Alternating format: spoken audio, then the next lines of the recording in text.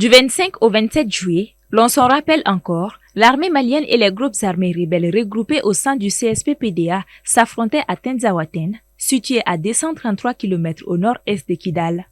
En effet, dans une dynamique de récupération des dernières localités près de la frontière algérienne après Kidal, l'armée malienne appuyée par ses partenaires russes avait lancé depuis mi-juillet des opérations dans la zone. Pour notre interlocuteur Ali Tunkara, de telles opérations se justifient par la volonté des forces armées maliennes de vouloir sécuriser les populations et leurs biens.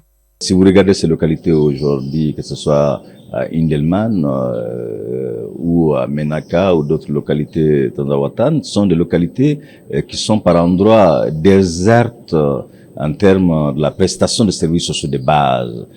Lorsque l'armée venait à extraire la menace, naturellement, les autres services sociaux de base, tels que l'école, la santé et même la mobilité des populations pourraient être délivrés en termes de services. Donc, pour dire que sans ces retours de l'armée, sans cette présence marquée de l'armée, il est difficile de penser que les communautés vivant dans ces localités puissent sentir l'utilité sociale de l'État. D'où l'insistance et même l'impérieuse nécessité pour l'armée d'asseoir son dictat sur l'ensemble du territoire conformément à ses missions régaliennes.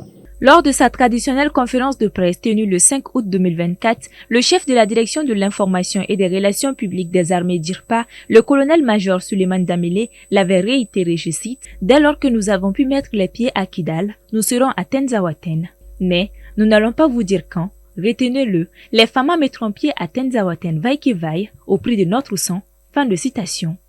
Rôle régalien de sécuriser les territoires par ricochet, d'asseoir un maillage territorial et sécuritaire adéquat. Mais c'est vrai que lorsqu'on regarde ces localités, ce sont des endroits qui ont connu ces derniers temps des affrontements violents qui ont opposé les ex-rebelles, les terroristes à l'armée malienne. Une façon pour l'armée non seulement d'asseoir sa lieutenance ou son dictat sur ces localités, mais dans le même temps de continuer à jouer sa partition en termes de sécurisation du territoire ainsi que celle des personnes et de leurs biens. Les mouvements de l'armée se poursuivent en direction de Tenzawaten, selon une source anonyme au sein de la DIRPA.